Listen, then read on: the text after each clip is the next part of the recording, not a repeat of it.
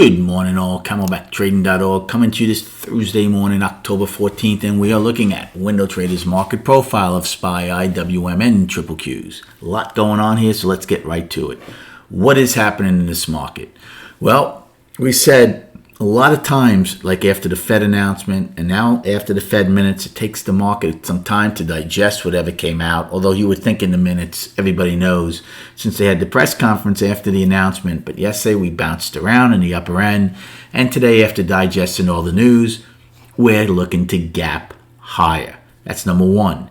Number two, what else has happened? We said we expected a pretty decent sized move sooner rather than later. Why? Because a couple of things were brewing here. The market was getting too short. Here we are the last 5 trading days. We had value of overlapping a lower or lower, but they just couldn't push enough. Remember my line in the sand for buyers? Now, ES filled those single prints to the tick, I think. We missed filling it by 2 cents. Talk about a goal line stand. And then they held it, and now look where we are this morning. So what is happening this morning? Well, it's clear. This is short covering, at least to start. It's a step in the right direction for the bulls. First thing they have to do is put the daily back into balance. They're certainly doing that. The biggest step, however, is the weekly, right? Nothing changes until the weekly comes into balance. It's still down. Right now, last week's high is 441.68. So we're still $2.50 away from it where we're trading now, but it's a good start. We also said our destinations are far and wide apart. So we could have a firecracker effect. Well, we just took out these 2 highs, and that's what we're getting is we're blowing above the afternoon rally high right now from the 11th, and we're attempting to get to the 11th high. Again, once you get there, there's nothing until the weekly high. Are they going to have enough energy to do it today or by the end of the week? That remains to be seen. On the flip side, if this is just short covering, and new longs do not come into the market, then this will not last and we will not see the weekly high.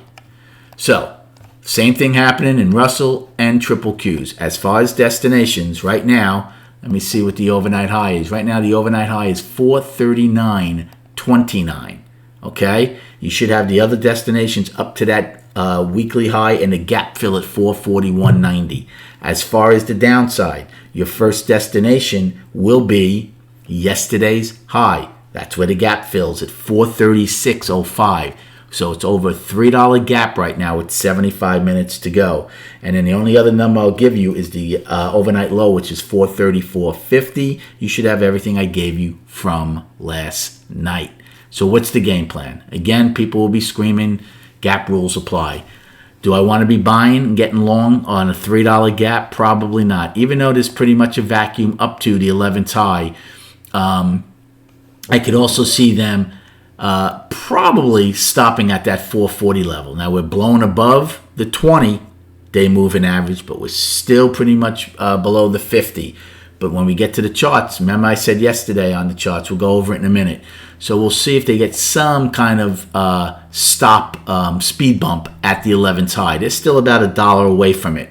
But if we get up there, I can see a speed bump at least the first time. So do I want to be a buyer right off the bat? I do not. Do I want to be a seller? Of course not.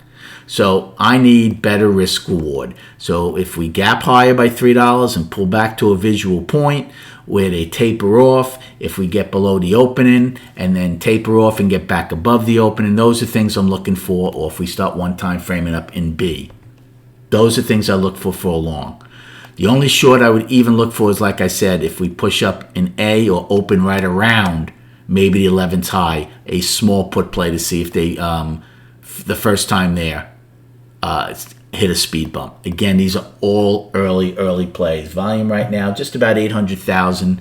So we should have decent volume by the time the market opens. And then on the chart, again, I'll just show you the daily. We said last night, plain and simple, the market was getting short, but they were still in control.